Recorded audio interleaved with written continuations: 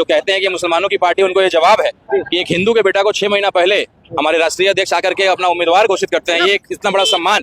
और ये जो कहते हैं कट्टर मुसलमानों की पार्टी है, कट्टर संविधान को मानने वाले लोगों की पार्टी है, कट्टर देशभक्तों की पार्टी। और इंडिया को अगर नहीं चुनते हो बीमा भारती को, तो आप एनडीए को चुन रहे हो। साफ बात, एकजुट रहना है, किसी के धोखे में नहीं आना।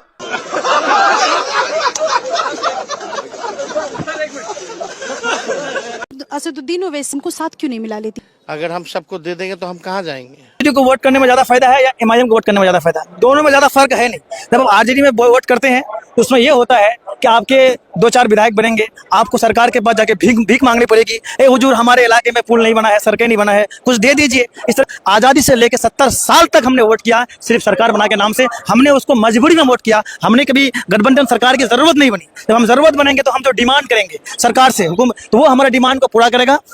क्या इंडिया अलायंस सफल हो पाएगा बिहार में? क्योंकि जिस तरह से तेजस्वी यादव भाषण दे रहे हैं, और इंडिया को अगर नहीं चुनते हो बीमा भारती को, तो आप एनडीए को चुन रहे हो। साफ बात, एकजुट रहना है, किसी के धोखे में नहीं आना। ये कोई एक व्यक्ति का चुनाव नहीं है, ये 2 धारा, या तो एनडीए या तो इंडिया, या तो एनडीए या तो इंडिया की लड़ाई है। या तो आप इंडिया को चुनो, और इंडिया को अगर नहीं चुनते हो बीमा भारती को, तो आप एनडीए को चुन रहे हो। साफ बात, साफ बात। ऐसा लगता है कि देश में बस 2 ही पार्टियां हैं, या तो इंडिया अलायंस या एनडीए। क्या इंडिया अलायंस फेल होने वाली है? क्योंकि बौखलाहट साफ दिख रही है। जिस तरह से मुस्लिमों को बीजेपी का डर दिखा करके कांग्रेस, आरजेडी या समाजवादी पार्टी मलाई तो खाती रही है, लेकिन अब खिलाने की जब बारी आती है तो मुस्लिमों को साइड कर दिया जाता है।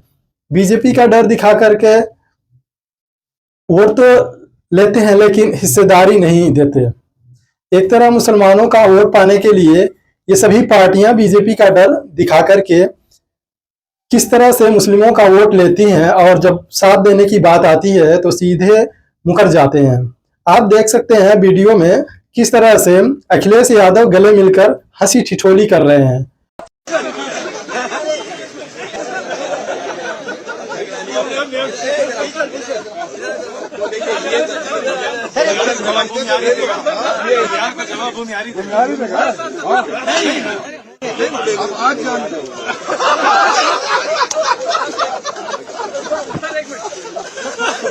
और कहते हैं कि बीजेपी को हराना है।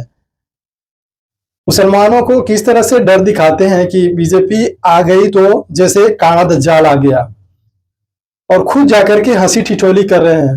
वीडियो में जाहिर दिख रहा है। इस बातों के बीच में बिहार की जनता क्या सोच रही है?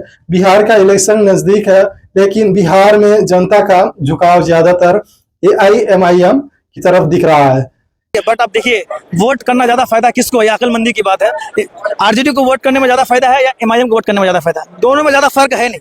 जब हम आरजेडी में वोट करते हैं तो उसमें यह होता है कि आपके 2-4 विधायक बनेंगे, आपको सरकार के पास जाके भीख मांगनी पड़ेगी। ए हुजूर, हमारे इलाके में पुल नहीं बना है, सड़कें नहीं बना है, कुछ दे दीजिए। इस तरह से भीख मांगनी पड़ेगी। जब आप अपने पार्टी से 10-15 विधायक बन के जाएंगे तो वहां पे आप क्या गठबंधन से भीख नहीं मांगेंगे, वहां पे कहेंगे कि मेरी हिस्सेदारी कितनी है, मेरे हिस्से में कितने बजट है, वो दीजिए। और आप लड़ के मांग सकते हैं और आपको हक मिलेगा। और आपके इलाके में जैसे इंफ्रास्ट्रक्चर की कमी है, अच्छे कॉलेजेस नहीं है, अच्छे रोड नहीं है, कई महत्वपूर्ण पुल बनना बाकी है, ये सब मुद्दे जो इलाके के जो बर्निंग इश्यूज है, इस इलाके को आपका आसानी से पूरा होगा। आजादी से लेकर 70 साल तक हमने वोट किया सिर्फ सरकार बना के नाम से। हमने उसको मजबूरी में वोट किया, हमने कभी गठबंधन सरकार की जरूरत नहीं बनी। जब हम जरूरत बनेंगे तो हम जो डिमांड करेंगे सरकार से, तो वो हमारे डिमांड को पूरा करेगा, हम उसके समर्थन देंगे।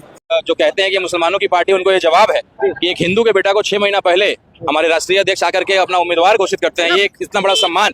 और ये जो कहते हैं कट्टर मुसलमानों की पार्टी है, कट्टर संविधान को मानने वाले लोगों की पार्टी है, कट्टर देशभक्तों की पार्टी। सर, जिस तरह से भगवा लेके आए हैं तो आपको तो हरा गमछा पहनना चाहिए। बिल्कुल नहीं, ये इस पार्टी ने आजादी दिया है, तभी तो इस पार्टी को हम लोग मानते हैं। हम लोग इस पार्टी में रहकर हर हर महादेव भी बोल सकते हैं और आई लव मोहम्मद भी बोल सकते हैं। ये आजादी हमें ये पार्टी दी। सर, ढोल नगाड़े बजाए क्या फायदा हो उससे?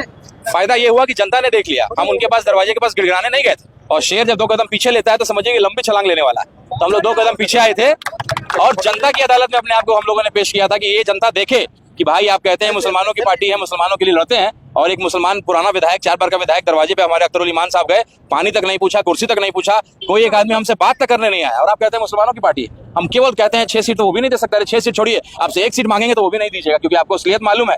MY में वाई हिंदू हो चुका है, केवल मुसलमान ढो रहा है। जिस दिन मुसलमान जाग गया तो उस दिन इनकी हालत जो है बिल्कुल खत्म हो जाएगी। क्योंकि 18% की आबादी मुस्लिमों की है, और जिस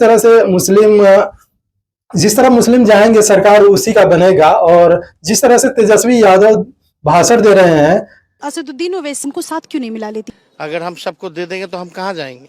असदुद्दीन ओवैसी से आपके वोट बैंक पर असर पड़ता है, उनको साथ क्यों नहीं मिला लेती आरजेडी? वो जहाँ लड़े लड़ते रहे, कोई दिक्कत नहीं। वो कहीं भी लड़े, कोई दिक्कत नहीं। उनकी अपनी पॉलिटिकल पार्टी है।